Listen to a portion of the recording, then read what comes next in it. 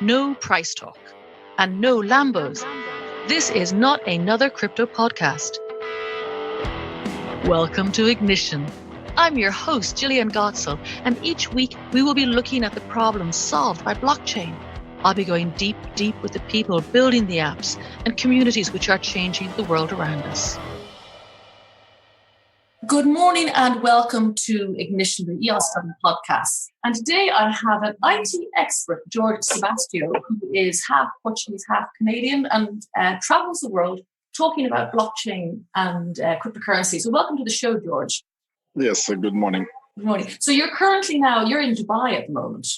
Yes, but I will be only for one more day, and I'll be on my way to Blockchain Summit in Bucharest, and then to another blockchain event in Istanbul, and then to do some presentations in Beirut for a few customers. Wow. So you are constantly on the move. You live with a suitcase. You live on the road. Am I right?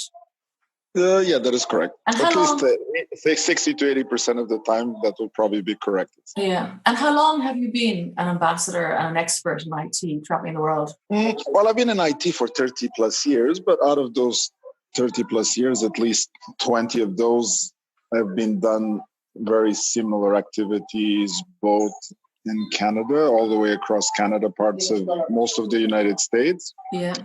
And for the last, I would say, 20 plus years around the Middle East. Perfect, because I see that in your CV. So what would be your areas of IT expertise? I mean, blockchain would be one, but what other areas are you actively... Well, many areas. I mean, the areas that certainly is always interesting is cybersecurity, cloud, business continuity, disaster recovery, AI, IoT, and certainly blockchain. So blockchain is like any of the other ones, it's just another technology.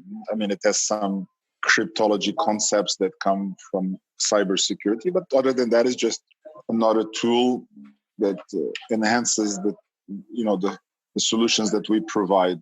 Mm-hmm. And actually, you've written a number of books, and I was very funny. I was researching you before this call, and I read your Pragmatic Security series, right? And part 2, and I misread. I read tanning security. I think it was sun tanning security. They around all this tanning. Sure. Actually, I only go to sunny places. Yes, very hot places. Tanning. It's actually taming security. So you're a published author, and your security would be one of your key. Yeah, I have a book coming up, but I'm still 2 chapters short. So when I have some free time, maybe I'll get to finish. Okay, really good. I was going to say, but there is no tanning involved whatsoever. No. Taming maybe like the same way you tame an animal, but that's kind of a difficult thing to do, especially in security. That's very true. And I also, you speak 8 languages. Oh my goodness. Well, I can say I speak 4 quite comfortably and a few others very uncomfortably, but I try my best. Well, that's cool. And has that helped you when you've lived a lot in the Middle East, you've lived and worked there? Do you speak Arabic languages as well? Or? Right. In Arabic, I speak about 2,000 to 3,000 words. So it's enough to order food. Yes. It's enough to understand if things are going good or not so good. That's cool. It's enough to survive, I would say. Take directions, for example, so if you drive around or something like that. That is good. And when you've lived in the Middle East for about 10 years? 20. No, for 20 years. I mean, I actually shuttle between 20 countries, but on top of that, I go to Africa from time to time. And also I live between Dubai, Bahrain, and Limassol. So where do you call home? That's a good question. Pretty much, I think sometimes when the concierge knows you better than your neighbor is when it gets a bit kind of scary. That would be funny. And so do you have any ties anywhere, or are you? No, I have family a little bit all over. I mean, I do have family in Cyprus. I have family in, of course, Portugal, Brazil, Canada. Wow. So, a truly international global citizen. Yeah, I mean, today you can say the world is flat. I guess technology has enabled us to work pretty much from everywhere. It has made our lives simple and more complicated all at the same time. And when did you start? Because I mean, like I say, you keynote at a lot of events now. When did you start your keynoting, your speaking, your technology speaking? It's very difficult, but I would say probably about between 18 to 20 years ago plus.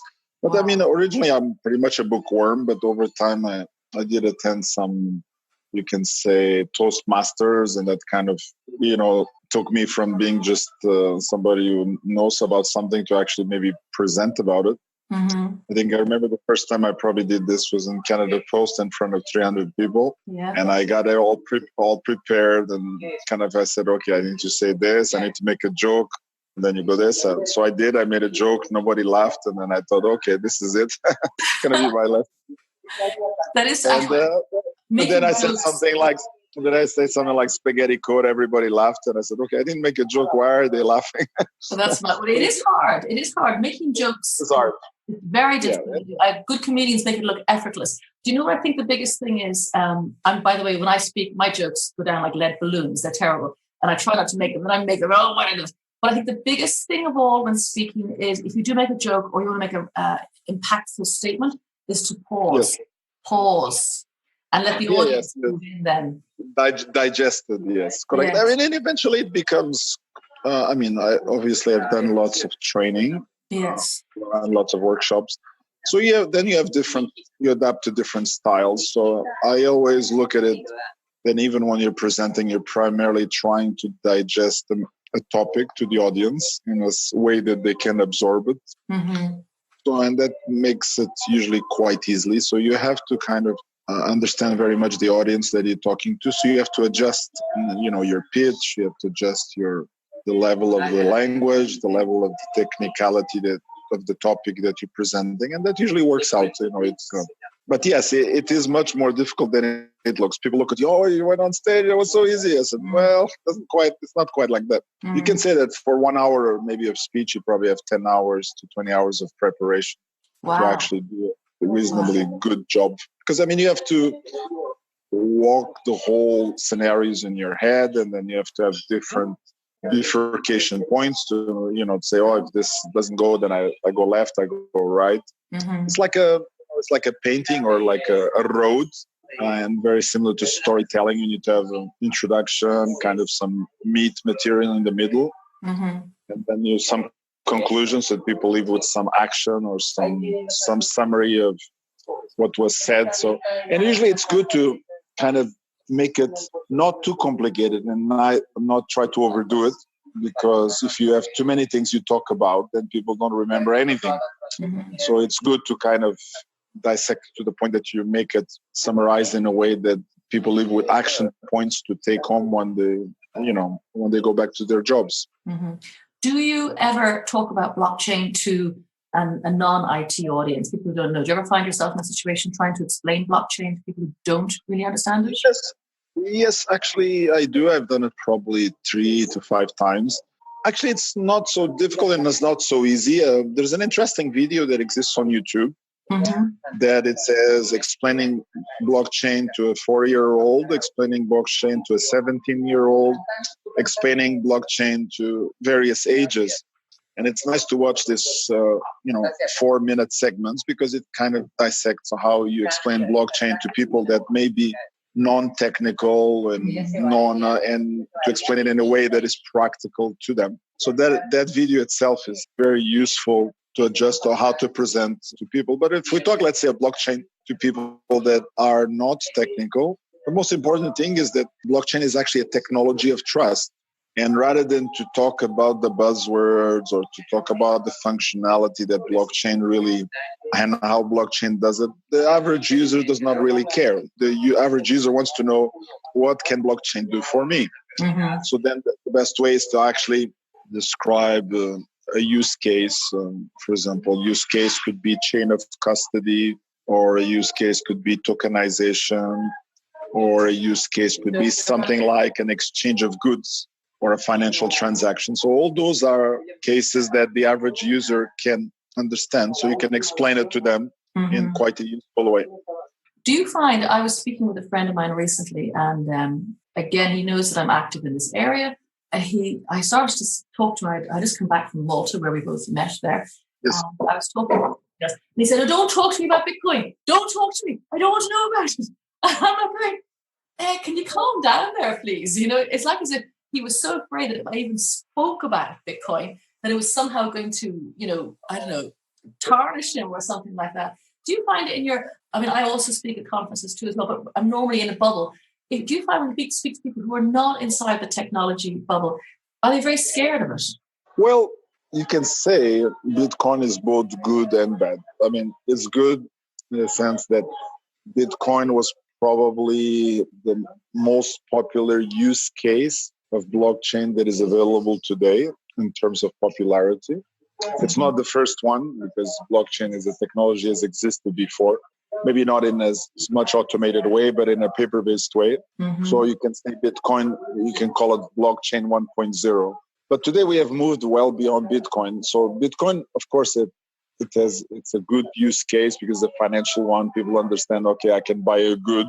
This good does not mean required to have physical paper money or a card of some sort with me or to have necessarily a bank account to perform that transaction. So it's something you can explain. But of course, that there's the good side of Bitcoin. Some bad sides of Bitcoin would be maybe it uses too much energy to actually do its job in terms of electricity.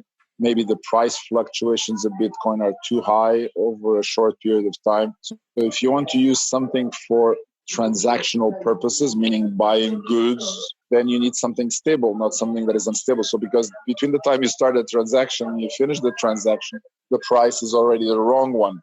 Mm-hmm. So there's some, you can say, disadvantages to that. But certainly today, Bitcoin as an implementation of blockchain has some good advantages. One, it's relatively secure.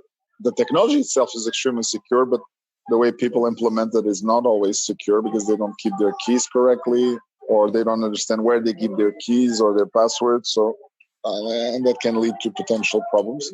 But however, today Bitcoin can also be used as a store of value, in the same way people have used gold in the past.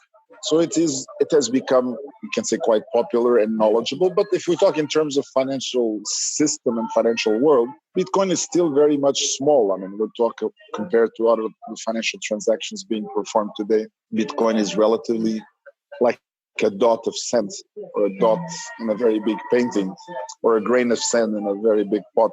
So there's still a lot of room to move forward. I think the things that are happening certainly today, since we're talking about, is one project has been launched by Facebook called Libra. Now, launched means announced, not necessarily, it's not live yet.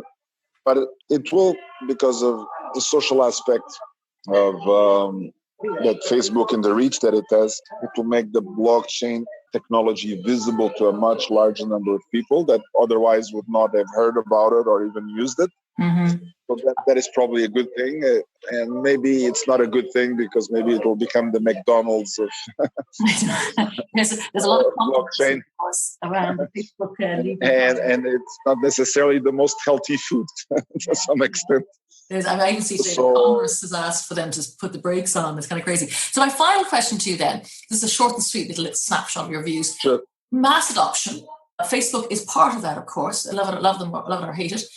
When do you think people will no longer talk about blockchain, but it'll be used like the internet? People don't say, "Oh, I'm going on the internet now." They just book their flights. So, okay, what kind of time frame? Actually, I think it will probably take another 1 or 2 years. But there is already examples. Like there's a project that we have done here in Dubai that uses blockchain and uses cryptocurrencies, but nobody knows about it. And I'll explain how it works. So you go to one of the hotels, one of the large hotels, a group of chain.